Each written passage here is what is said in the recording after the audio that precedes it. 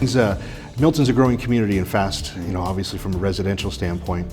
And what seems to get missed in a lot of the discussions in town is the fact that our business community is also thriving. Right. So that's why I wanted to bring you on and talk about this. But just a little bit of dabble into the history of who is Scott McCammon and where have you come from and where did you get your start? Well, I started in the Chamber of Business, actually at the Burlington Chamber. I was working in the radio business because that's part of my background, and we were told that we had to volunteer in our community. So I lived in Burlington, so I knocked on the door of the Burlington Chamber and said, hey, I want to volunteer. So I got on committees, eventually got on the board, eventually became the chair of the board, and I was having so much fun doing that eventually I decided that should be my job. So I then ran the Burlington Chamber for about 10, 11 years, and then was recruited by the Ontario Chamber, and so became the Vice President General Manager of the Ontario Chamber for about another 10, 11 years. And then did some consulting for the Hamilton Chamber before I set my sights on Milton. The growing, thriving metropolis that we like to call ourselves. What was one of the big reasons that brought you to Milton when you were approached with the opportunity to this community that's the fastest growing community and everything else that's been going on? What was the main decision factor for you to come here? I think it's just that it's a great opportunity because it is a thriving community, and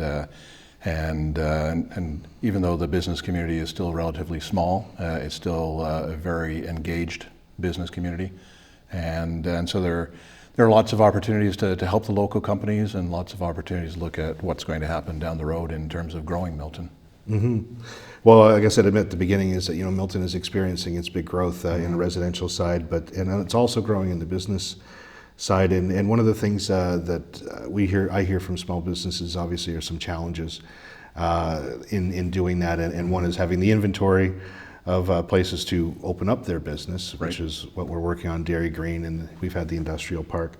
What would you see as some of the challenges that our businesses here in town are facing? So I think you've hit on the one, and that's the fact that if you're a small business, we don't have an awful lot of office space right now in Milton. So that's a target I know for the town, is to look at trying to create more office space. So right now, if you're a business person, probably from 1 to 50 employees, it can be very difficult to find space. But beyond that, I mean, there's great opportunities in terms of Dairy Green and the other things that are happening. We've got a lot of new warehousing, supply chain management companies being developed. DSV is the one example that we always like to talk about right now, because they're getting set in the next few weeks to open their doors, and you're talking about 1,100 employees that just in that one operation. So, it's from our perspective as a chamber, we're just so enthusiastic about the future of Milton and how we can grow the non-residential side. Because I think what a lot of people don't understand is that when you look at, and you know this way better than I do, Mike, but when you look at the taxes, you're collecting property tax, but you've also got the non-residential tax. And in a lot of cases, when you do the math, the non-residential uses up less municipal services than the residential.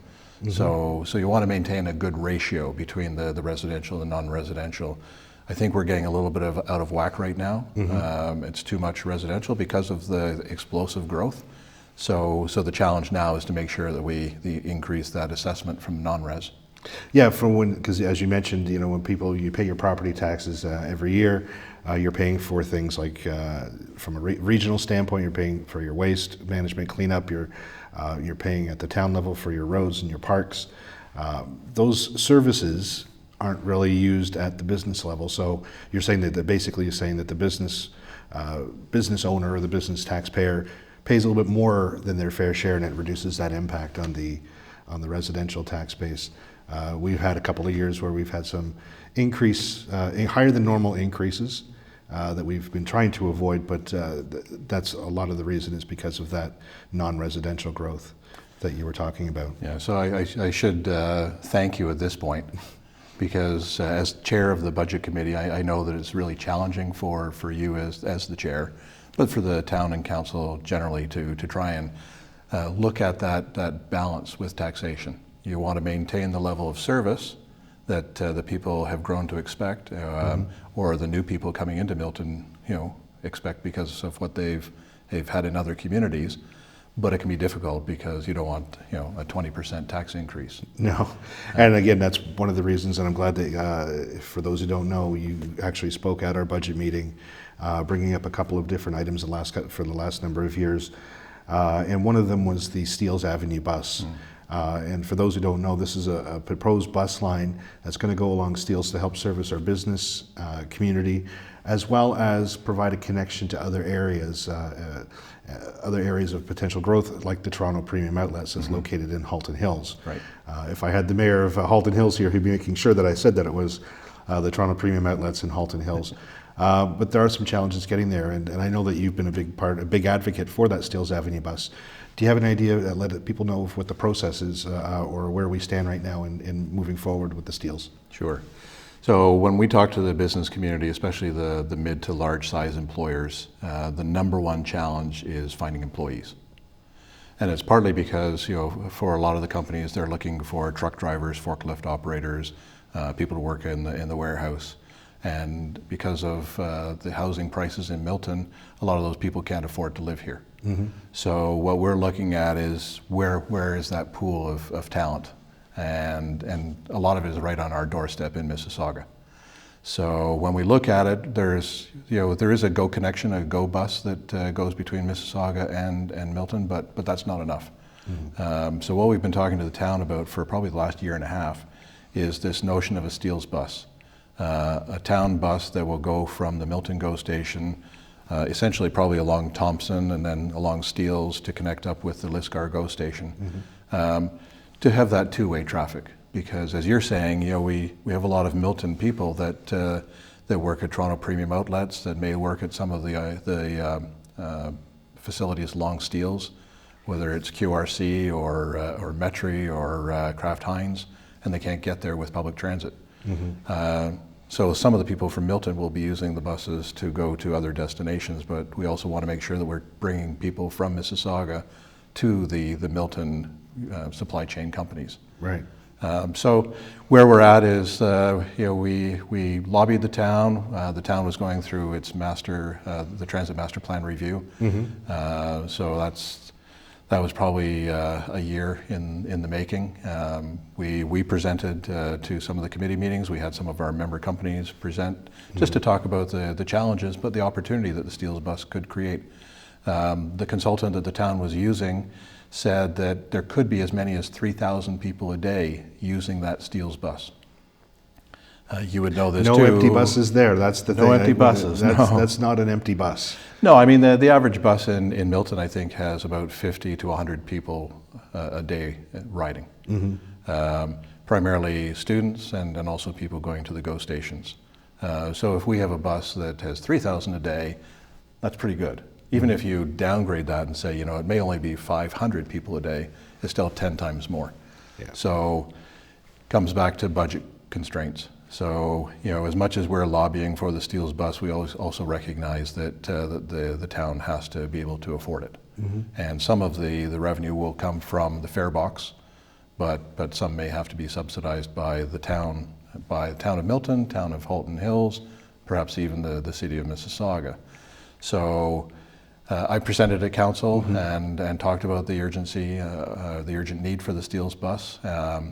And I think all of council agrees that that is something that should be done, but I think we're probably a year away from it being implemented just because of budget. And there's also opportunities, and I think that because obviously with our business community, I think there are opportunities maybe for some private sector investment in it as well. Yep. One of the things the number of calls that I get as a councillor is many students are saying I work at the Toronto Premium Outlets, so either my mother or my dad or I have to take my car to drive over, and if anybody has shopped at the Toronto Premium Outlets, even at a slow day, parking is a challenge. And what we're trying to do is obviously get people out of their cars to go shop, and if you can take the bus to go to work, that's one less car back and forth on the road. Exactly. And considering the number of people that work in the Toronto Premium Outlets from Milton. I think that's would be a definite big help. And Sorry, Mike. You talk about the private sector involvement. We've also had conversations with Uber, looking at some of the examples of an Uber-like service for employees in other communities. And so, that could be an option down the road. As I've said to the business people, if you look at Dairy Green, you look at the 401 Business Park, if a Steele's bus is going on Steele's down Thompson, it's still not serving the industrial areas. So there's that last mile connectivity that we have to think about. Some of it will be connecting with existing bus routes, so the number one bus that goes into the 401 Business Park. Some of it, though, may be an Uber-like service where we can say, okay, there's going to be a drop-off point at a squeezing, and now we can get them on an Uber shuttle that's paid for by the private sector to go into that last mile. Yeah, and that's where I think it's not going to be a one type of solution. It's going to be a multiple stage solution for that.